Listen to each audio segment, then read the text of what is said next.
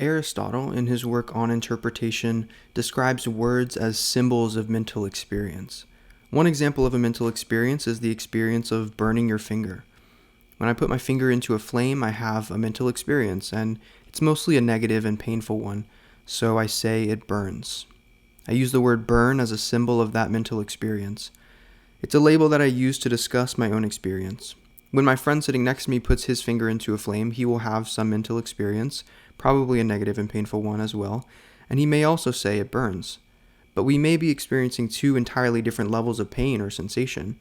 To me, I may feel a sharp sting of heat while my friend feels a slow, painful twinge. Try as we may to go into these types of details, we will always only be using symbols and labels to communicate. We will never be able to communicate our raw experiences to one another. We both feel something in response to putting our finger into the flames, and since we both feel a something, we both call it burn, and we assume our somethings are roughly the same. It is through our use of symbolic language, such as the word burn, that we are able to relate to one another. Aldous Huxley discusses this issue in his essay The Doors of Perception. Sensations, feelings, insights, fancies, all these are private and, except through symbols and at second hand, incommunicable. Huxley describes our mental experiences as like island universes. From family to nation, every human group is a society of island universes. It really is a very lonely analogy to imagine yourself as a single island of vast complexity and nuance, full of wondrous experiences and things to be explored on the island, but being the only one who's able to set foot on the island. You look out over the empty sea and you can barely make out another island with another singular person on it, experiencing their own island. And you may shout to one another and try to describe what you're experiencing on your own island, but you will never be able to set foot on one another's islands.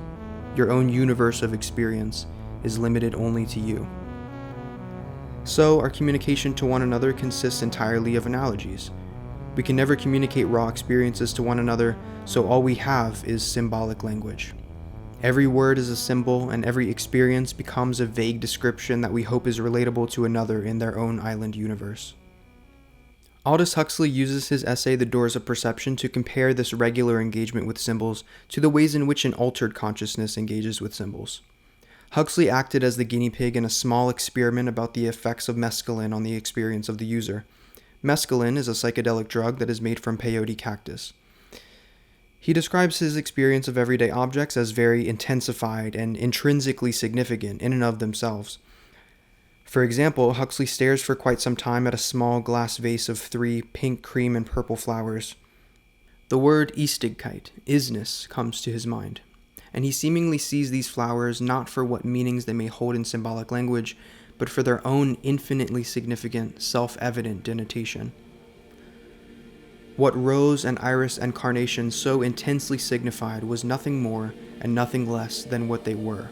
A transience that was yet eternal life, a perpetual perishing that was at the same time pure being, a bundle of minute, unique particulars in which, by some unspeakable and yet self-evident paradox, was to be seen the divine source of all existence.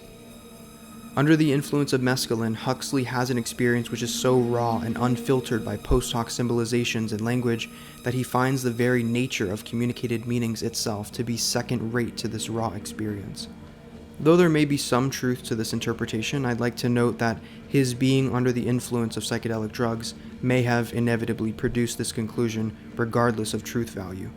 It makes a lot of sense that being under the influence of a psychedelic drug is going to make the user feel that they are on some high of experience which is better in one way or another to unimpaired mental experience. Aldous Huxley also warns of the potential negative effects of this experience. He notes that he feels so incredibly infatuated with the experience of everyday objects that he feels it would be impossible to have any productive or meaningful interpersonal communication or relationships while under the influence of mescaline. The drug is simply too stimulating for him to meaningfully partake in his human relationships. Huxley has a very interesting take on art and artists as well. Whereas artists are usually regarded as messengers of truth with the ability to depict the harshest portions of reality in digestible and entertaining works of fiction, Huxley proposes that artists really aren't so concerned with reality at all. Art, I suppose, is only a matter for beginners who have made up their minds to be content with symbols rather than with what they signify. He compares the artist to a person more concerned with creating a beautiful and impressive recipe rather than with the dinner itself. The reason I think this take is so intriguing is because I feel it is mostly true. Artists are merely those who use entertaining or engaging symbols to express their mental experiences. They seek to create interesting and thought-provoking expressions of the same kinds of things you could probably just say with the words we already use day to day. Huxley, even when under the effects of mescaline, is bored and unfazed by different works of art he views. He views Van Gogh's The Chair and sees nothing more than an unusually expressive symbol, and however expressive, symbols can never be the things they stand for. Huxley is infinitely more interested in viewing a real, tangible, factual chair in front of him rather than a mere emblem. He does take interest in one painting, though, Judith by Botticelli, and it is because of the depiction of the ruffles in the subject's clothing. He finds a very real and infatuating quality in the depiction of ruffled fabric in the painting, as well as historical works of art generally, because he sees it as the most true to reality. The ruffles of fabric symbolize nothing other than ruffles of fabric. They are closer to raw experience than to analogy. Aldous Huxley closes out his essay by describing the pain and monotony of everyday life. He compares life to a long stretch of dull, off-white drywall with only a few doors placed throughout to break up the sameness of day-to-day experience. Mescaline is one of these doors. It's a substance which can give the user a break from their regular life, which is less toxic than other doors such as alcohol or tobacco. However, even though Huxley says that psychedelics are a healthier door than other substances, this does not mean that it is a door that should be entered. Surely there are far more safe and healthy doors of perception to be entered, which can still rival the tedium of daily life without the potential for harm. So even though life may be mundane or monotonous most of the time, and though we may be a society of island universes, I don't think that engaging in symbolic language is as fruitless an endeavor as Huxley makes it out to be. I mean, Huxley did write fantastic novels which are still taught and critiqued and discussed even today. I believe that symbolic language is really the only door which can bring us as close to one another as we can get.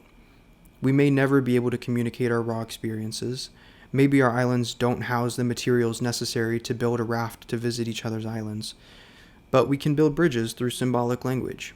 Symbolic language gives us the ability to relate to one another.